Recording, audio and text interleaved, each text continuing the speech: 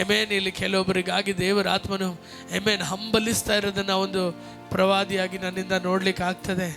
Amen ದೇವರು ನಿಮಗೆ ಹೇಳ್ತಾ ಇರೋದು ಒಂದೇ, ನೀ ಇರಬೇಕಾದ ಸ್ಥಳ ಇದಲ್ಲ, ನೀ ಇರಬೇಕಾದ ಸ್ಥಳ ಇದಲ್ಲ, ನೀ ಕೇಳಿಸ್ಕೊಳ್ಬೇಕಾದಂಥ ವಿಷಯಗಳಿದಲ್ಲ, ಎಮೇನ್ ನೀ ಯೋಚಿಸಬೇಕಾದಂಥ ಕಾರ್ಯಗಳಿದಲ್ಲ, ಎಮೇನ್ ನೀ ಇರಬೇಕಾದಂಥ ಎಮೇನ್ ಆ ಒಂದು ಕ್ಷೇತ್ರ ಇದಲ್ಲ.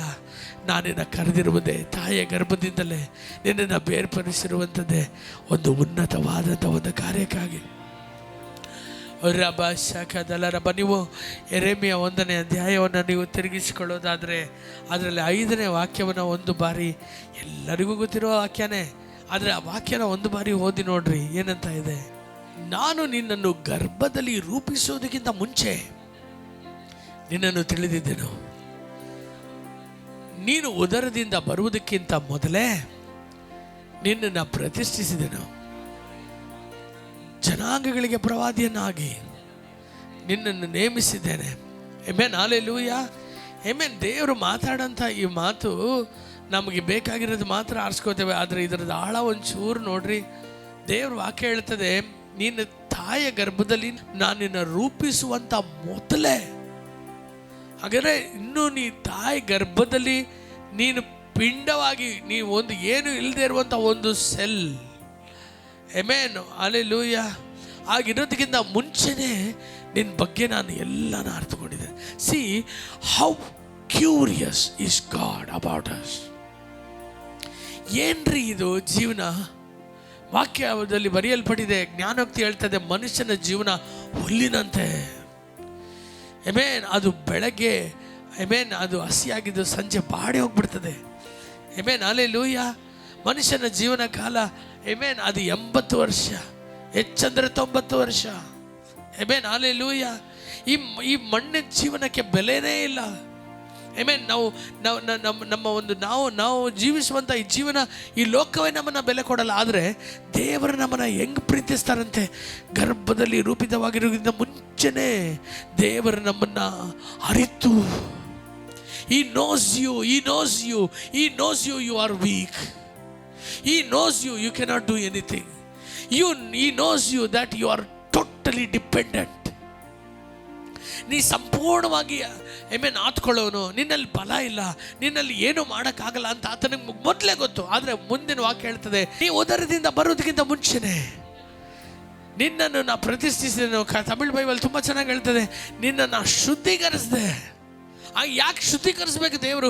ಗರ್ಭದಲ್ಲಿ ಉಂಟಾಗೋದಕ್ಕಿಂತ ಮುಂಚೆನೇ ಯಾಕೆ ಶುದ್ಧೀಕರಿಸ್ಬೇಕಂದ್ರೆ, ನೀನು ಒಂದು ದಿನ ನಾ ಪಾಪಿ ಅಂತ ಹೇಳ್ತೀಯ ಅಂತ ಗೊತ್ತಾ, ಅದಕ್ಕೆ ನಾನು ಮೊದಲೇ ನಿನ್ನನ್ನು ಶುದ್ಧಿ ಮಾಡಿದೆ. Amen, hallelujah. ನೀ ಉದರದಿಂದ ಬರೋದಕ್ಕಿಂತ ಮುಂಚೆನೆ ನಾನು ನಿನ್ನನ್ನು ಪ್ರತಿಷ್ಠೆನೂ ಮಾಡಿಬಿಟ್ಟೆ. ಆಮೆನ್, ನಿನ್ನನ್ನು ದೇಶಗಳಿಗೆ ಪ್ರವಾದಿಯನ್ನಾಗಿ ಇಟ್ಬಿಟ್ಟೆ. ಸಿ, ನಾವು ಬದುಕಿರುವಂಥ ಈ ದಿನಗಳಲ್ಲಿ ಬಿಡ್ರಿ, ನಾವು ಹುಟ್ಟೋದಕ್ಕಿಂತ ಮುಂಚೆನೆ ಒಬ್ಬ ನಮ್ಮ ಜೀವಿತದ ಮೇಲೆ ಹುಚ್ಚನಾಗಿ ಪ್ರೀತಿಸ್ತಾರಲ್ಲ. Hello, hallelujah. ಯಾರು ಕೆಳಗೆ ನೋಡಬೇಡಿ. Amen, hallelujah. ನಾ ಹೇಳೋದು ನಿಮಗೆಲ್ಲರಿಗೂ ಅರ್ಥ ಆಗ್ತಾ ಇದೆಯಾ? ನಾವು ಹುಟ್ಟೋದಕ್ಕಿಂತ ಮುಂಚೆನೆ, ನಾ ಇನ್ನೂ ತಾಯಿಯ ಗರ್ಭದಲ್ಲಿ ಬರೋದಕ್ಕಿಂತ ಮುಂಚೆನೆ, ನಮ್ಮ ಅಪ್ಪ ಅಮ್ಮ ನನ್ನನ್ನು ನೋಡೋದಕ್ಕಿಂತ ಮುಂಚೆನೆ, ನಮ್ಮ ಅಮ್ಮಗೆ ಆಮೆನ್ ತಾನು ಪ್ರೆಗ್ನೆಂಟ್ ಎಂಬುದಾಗಿ ಗೊತ್ತಾಗೋದಕ್ಕಿಂತ ಮುಂಚೆನೆ ನನ್ನ ಜೀವನ ಪೂರ್ತಿ ಒಬ್ಬನ ಕನಸು ಕಾಣ್ತಾವೆ. ಹಲ್ಲೆಲೂಯಾ. ನನ್ನನ್ನು ನೆನೆಸ್ಕೊಂಡು ಆಮೆನ್. ನಾನು ಒಂದು ಮಾತು ಹೇಳ್ತೀನಿ, ಇವಾಗ ಎಲ್ಲಿದ್ದೀವಿ ನಾವು? ಫೆಬ್ರವರಿಯಲ್ಲಿದ್ದೀವಿ ಅಲ್ವಾ? ಇವಾಗ ನೆನೆಸ್ಕೊಳ್ರಿ, ನಾವು ಒಂದು ಕೇಕಿಗೆ ಹೋಗಿ ಕ್ರಿಸ್ಮಸ್ಗೆ ಕೇಕ್ ಆರ್ಡರ್ ಕೊಟ್ಟರೆ ನಿಮಗೆ ಹೆಂಗನ್ಸಲ್ಲ ಇವಾಗ? Amen, hallelujah. ನಾನು ಹೇಳ್ತೇನೆ, 20 ಆಮೆನ್ kg ಕೇಕ್ ಬೇಕು ನನಗೆ ಆಮೆನ್ ಕ್ರಿಸ್ಮಸ್ಗೆ ಅಂತ ನಾವು ಹೋಗಿ ಇವಾಗ ಬೇಕ್ರಿಯಲ್ಲಿ ಆರ್ಡರ್ ಕೊಟ್ಟು ಯಾರಾದರೂ ಒಪ್ಕೋತಾರ? ಹೇಳ್ರಿ. ಇವಾಗ ನಾವು ಹೋಗಿ ಹೊಸ ಬಟ್ಟೆ ತಗೋತೇನೆ, ಕೋಟ್ ತಗೋತೇನೆ, ಸೂಟ್ ತಗೋತೇನೆ. ಯಾಕೆ? ಕ್ರಿಸ್ಮಸ್ಗೋಸ್ಕರ. ಕ್ರಿಸ್ಮಸ್ ಇದೆ ರೀ, ಇನ್ನು 10 ತಿಂಗಳು ದಾಟಿ. ಹಲೋ, ಹುಚ್ಚನ ಅನ್ಸಲ್ಲ? ಆಮೆನ್. ಹಂಗಂದ್ರೆ ಏನರ್ಥ? ಇವನು ಕ್ರಿಸ್ಮಸ್ ಹುಚ್ಚ ಅರ್ಥ.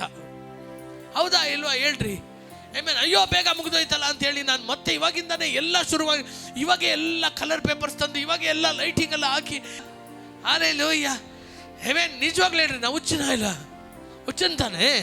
ಹಾಗಂದ್ರೆ ನೀ ಹುಟ್ಟೋದಕ್ಕಿಂತ ಮುಂಚೆನೆ ಆಮೆನ್ ನಿನ್ನನ್ನು ಆಮೆನ್ ಅರಿತುಕೊಂಡು, ನಿನ್ನನ್ನು ಶುದ್ಧೀಕರಿಸಿ, ನಿನಗೆ ಆರ್ಡಿನೇಷನ್ ಮಾಡಿ, ನಿನ್ನ ಪ್ರತ್ಯೇಕಿಸಿ, ನಿನ್ನನ್ನು ಅಭಿಷೇಕ ಮಾಡಿ, ನಿನ್ನನ್ನು ದೇಶಗಳಿಗೆ ಪ್ರವಾದಿಯನ್ನಾಗಿ ಒಪ್ಪನು. 10 ತಿಂಗಳಿಗಲ್ಲ, 25 ವರ್ಷಗಳ ಹಿಂದೆ, 30 ವರ್ಷಗಳ ಹಿಂದೆ, 40 ವರ್ಷಗಳ ಹಿಂದೆ ಒಬ್ಬನ ಕನಸು ಕಾಣ್ತಾನೆ ಅಂದರೆ ಆತ ನಿನಗೆ ಎಷ್ಟು ಹುಚ್ಚನಾಗಿ ನಿನ್ನನ್ನು ಪ್ರೀತಿಸ್ತಾನೆ. Hallelujah. Just imagine the love he has for you. Amen. Hallelujah. Amen. ಅವಾಗೇ ನನ್ನ ಬಗ್ಗೆ ಅಷ್ಟೊಂದು ಎಕ್ಸ್ಪೆಕ್ಟೇಷನ್, ಅವಾಗೇ ಅಷ್ಟೊಂದು ಆಸೆ, ಅವಾಗೇ ಏನನ್ನಲ್ಲ ನನಗೆ ಮಾಡಬೇಕನ್ನಂತ ಆತ ನೆನೆಸ್ಬೇಕಾದ್ರೆ ಇವತ್ತಿಗೆ ಆತ ಹೇಗಿರ್ಬೋದು? When I am on the time, ಈ ದಿನಕ್ಕೆ ತಾನೇ ಆಗ್ಲಿಂದ ಕಾದರು, ಈ ದಿನಕ್ಕೆ ತಾನೇ ಅಷ್ಟೆಲ್ಲ ಕನಸು ಕಂಡ್ರು. ಇವಾಗ ಎಲ್ಲ ನೆರವೇರುವಂಥ ದಿನಗಳಲ್ಲಿ ನಾನು ನಿಂತಿರ್ಬೇಕಾದ್ರೆ ಆತನ ಆಸೆ ಹೇಗಿರ್ಬೋದು? ಒಂದೊಂದು ಕ್ಷಣವು ಆತನ ಹೃದಯ ನಿಮಗಾಗಿ ಹೇಗೆ ಮಿಡಿಬೋದು? ಹಗಲಲ್ಲ, ರಾತ್ರಿ ಅಲ್ಲ, ಯಾವ ಕ್ಷಣದಲ್ಲಿಯೂ ಕೂಡ ನಿಮ್ಮನ್ನೇ ಜಪಿಸ್ತಾ, ನಿಮ್ಮ ಬಗ್ಗೆನೇ ಪರಲೋಕದಲ್ಲಿ ದೂತರ ಹತ್ರ ಹೇಳ್ತಾ, ಆತನ ಕನಸು ನೀನು, ಆತನ ಆಸೆ ನೀನು, ಆತನ ನಿರೀಕ್ಷೆ ನೀನು.